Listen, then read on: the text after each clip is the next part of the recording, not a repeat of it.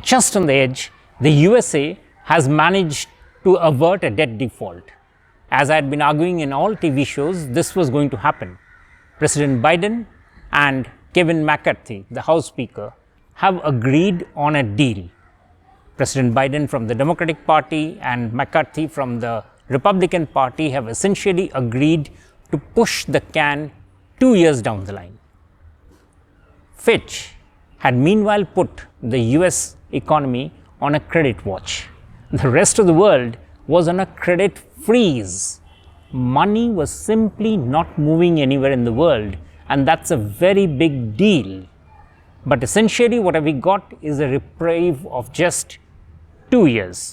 The Reserve Bank of India is going to be withdrawing the 2000 rupee note. Banking hours have officially begun after the announcement made by the RBI. This is the highest value currency notes that India has decided to withdraw from circulation.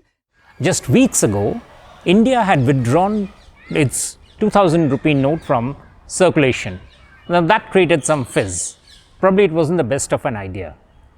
But that is nothing compared to what the USA, the rich kid down the block, has done. The debt default has created a bang, and that has rattled the world. And this is what we discuss in this issue of On Point. Is this a game that we are playing with the world economy?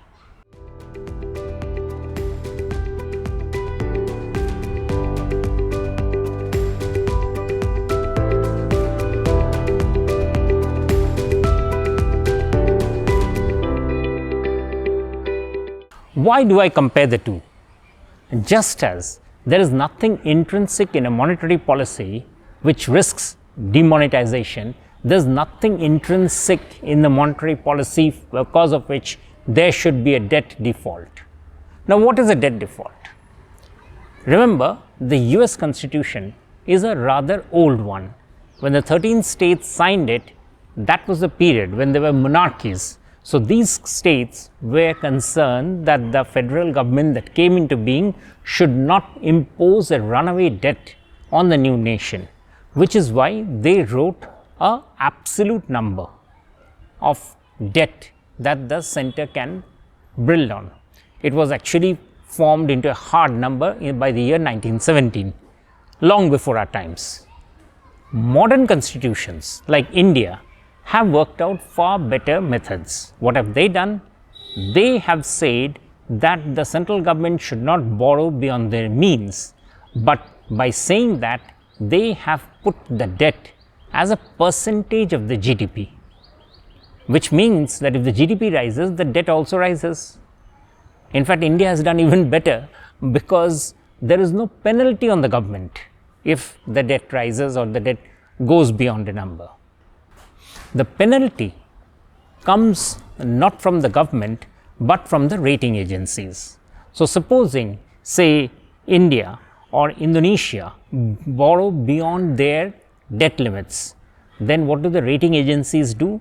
They lower the ratings of these countries, which means it becomes more costly for them to borrow. Since the USA runs the currency of this world, dollar, it can cause this inconvenience. So agencies like Fitch can only say that I am issuing a credit watch.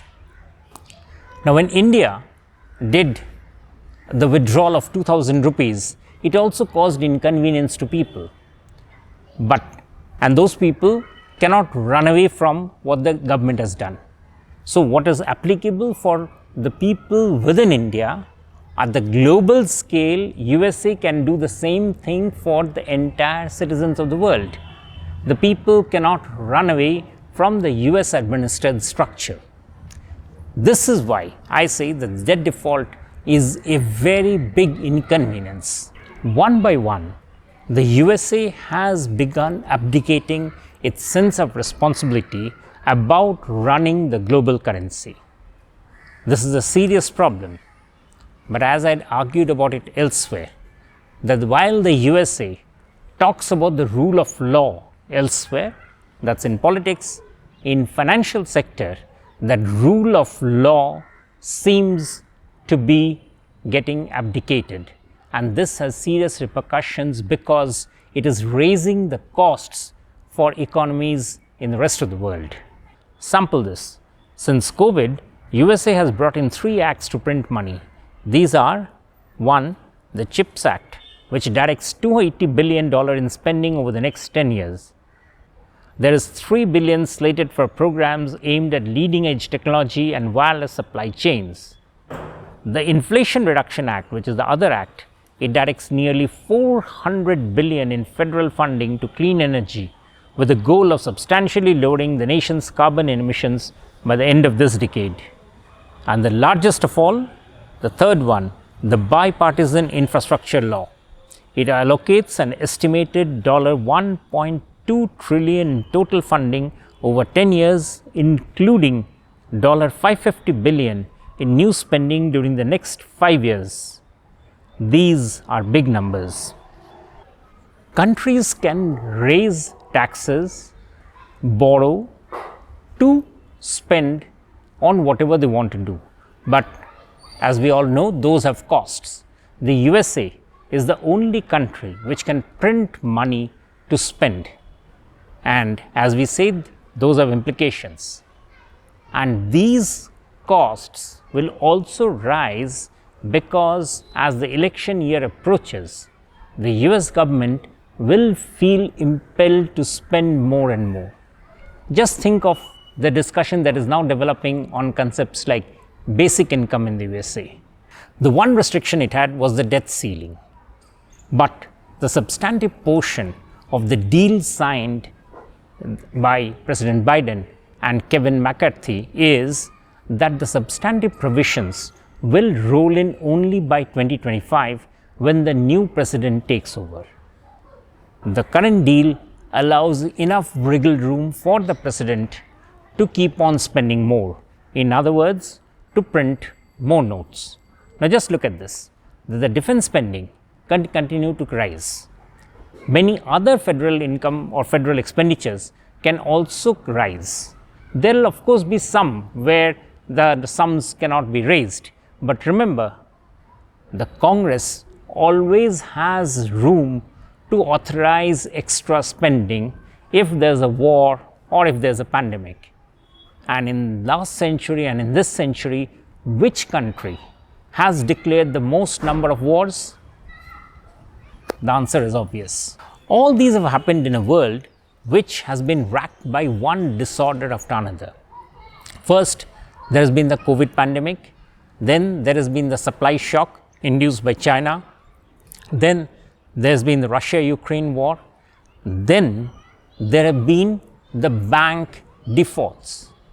How much more of financial disorder can this world take? And that is why I am saying that is this a game that is being played by the USA? In this month, a brilliant economist, Robert Lucas, expired. The Nobel laureate had many seminal contributions, and one of his most seminal contribution was that no macroeconomic policy can be framed which is based on fooling the people for a long length of time. People learn to catch up.